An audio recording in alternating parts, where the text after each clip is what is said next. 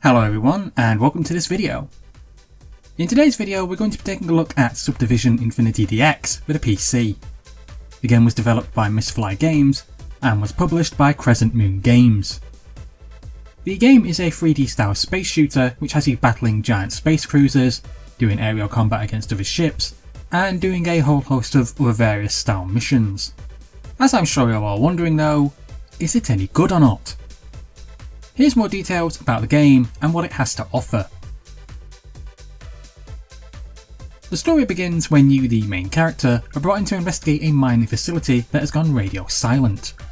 While investigating the facility, you end up being attacked by the complex's defense drones. Upon defeating the drones, you then find out that there's more mysterious goings on that are happening, which then in turn lead to you being attacked by various other sources as you fight for your very life. The game's story isn't that overly complex, as the truth is, at the heart of the matter, the game is just about having fun and enjoying yourself. While there is a story here as to why what's happening is happening and everything else, the game really is designed in such a way that it's easy enough to pick up and play straight away. The game does have a story and it does add to the game, and I personally quite like the story myself and found it rather good. Some people, however, will just want an easy, quick game that's easy to pick up and play straight away, and that's simple enough to just jump straight into. The game is essentially designed for both types of people. There is a story, but if you did just want to skip it all, you easily can do, and just go around to shooting stuff at random. However, I think you will be missing out if you do. Character-wise, the game's rather simple when it comes to this part, because essentially it is just you, the main pilot, whose codename is Rebel 1, and then once you get to the facility you meet AV2, who is a droid, who I can only assume is a security droid for the complex itself, and that's basically it for a large part of the game. Other characters do come into play as the story progresses, but the game in general isn't that chock full of different characters. So while there aren't that many other characters in the game itself, you still do see character interactions between the main character and AV2 as you go through each mission. So while the game may not have a huge cast of characters, I do feel like the ones that are in the game, as they are, have had a lot of time and effort put into creating each one of them, and they really do come across as rather special and unique. The only real downside I would have to say about the characters is that there is no voice acting in this game, and while yes, I do know this would have cost more money to make, and yes, I do know this would have increased the retail price, I still do think it would have been a nice touch added to the game. And personally, I wouldn't have minded paying a little bit more to have had voice acting put in the game, because I really think it would have helped bring the characters just that little bit more to life. If I was going to compare the game's gameplay to any other game like this, then I would have to say take Star Wars Battlefront Space Battles, add in a bit of Everspace and a bit of Freelancer, mix them all together, and you get something like this. The gameplay itself is split up into different types. One part has you flying around in space taking out spaceships, jammers and turrets. Other parts have you flying around collecting data cores. Other parts have you exploring asteroid fields and using a mining laser to crack them open to gain resources. And other parts have you fighting huge boss battles against giant cruiser ships. There's various different types that the game switches to, as you have your main missions and then you have your exploration missions. In the exploration part of the game, your task is to try and find resources and materials that you're going to need in order to build better ships, weapons and defences. And you're really going to need all these, because the boss battles will just utterly destroy you otherwise. The other part of the game has you flying around basically taking out other ships, jammers or turrets, and then basically switching from other tasks while you progress through the main story. Action in general is fast and frantic and really gets your adrenaline pumping right from the very start of the game. And while sometimes I did feel a little confused on where to go or what to do in the exploration part of the missions, I still find them highly enjoyable. My only negative thing to say about the game's gameplay in general is that when using a gamepad, the controls felt a tad sluggish when compared to using a keyboard and mouse.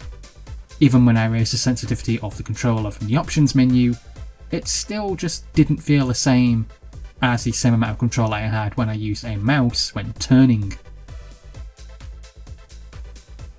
The graphics for the game are exceptionally impressive, and even more so when you understand that it was a very small team who created this game. Everything runs smoothly and holds together well.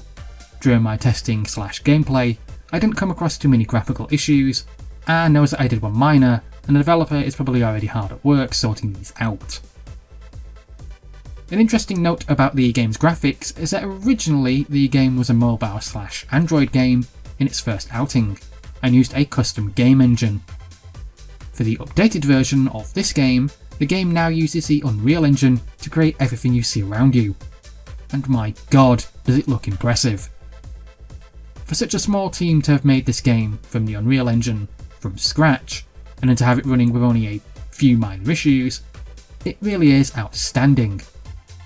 Everything runs super smoothly, and just looks very beautiful, from the plating on the ship's hull, to the lighting effects from the sun, to when you're in orbit, to the mist from the orbit of the asteroids being smashed together. Everything just looks absolutely gorgeous, and I could go on and on about how pretty I think the game looks, but instead I'll just go with the old saying, look with your eyes. Environment wise, everything is set out in space around you and the complex, and while the complex is absolutely massive, everything can tend to look quite samey after a while. The developer did try to mix things up by changing the locations of the complex, so while in some areas while you're out in deep space surrounded by asteroids, others have you going through tunnel sections as you go through each area, collecting items or data that you need in order to complete each mission. Other environments include security areas, which have massive asteroids all over the place, armed to the teeth with turrets and laser cannons, while other locations are caked in a type of thick mist it's hard to see anything through. By contrast, other locations are completely open, with only a few small hiding places located here and there, in which you can use to hide behind and use for defense against other enemy ships or against the bosses, which otherwise would leave you open and vulnerable to attack. So while some parts of the game's locations might possibly feel samey after a while, the developer has gone out of their way to try their best to change each location so that it at least feels different from the other stages. So here is the most important part of this review. Should you buy Subdivision Infinity DX or not? Personally, I would say yes you should, and yes, it definitely is worth the purchase. It's a beautiful looking game which is high on action, and one which never really feels boring. And the truth is, I haven't enjoyed a game in this style in a very long time. If you are a fan of games such as Star Fox 64, Rogue Squadron, and love the space battles in Star Wars Battlefront, then you're going to enjoy this game, as it's got all the best elements from those games merged into this one. The game has a good story, beautiful graphics, great atmospheric music, huge boss battles, and loads of different types of missions and hidden items for you to unlock during gameplay. The developer is also working on releasing extra added DLC later on down the line. I'm not exactly sure what these will be at present, but I assume they will be extra levels or maybe more unlockables, such as new weapons or other types of spaceships. Fact is that Subdivision Infinity DX is an impressive title made by a small team, which really do deserve a lot of praise and credit for the game they have created. While the game isn't perfect and has a few things here and there which I don't like about it, and other features which I would possibly change here and there, the game still is a highly enjoyable and addictive game, which makes me want to play more of it. Would I recommend Subdivision Infinity DX? Yes, I definitely would. It's a very fun and enjoyable game that's quite easy to pick up and enjoy right from the very get-go. It's got great characters, it's got great story, it's got great music, and it's got great environments. All in all, it's a very good game, and one which I highly would recommend. Well, that's it for this review guys, thanks for listening, thanks for watching, and please subscribe.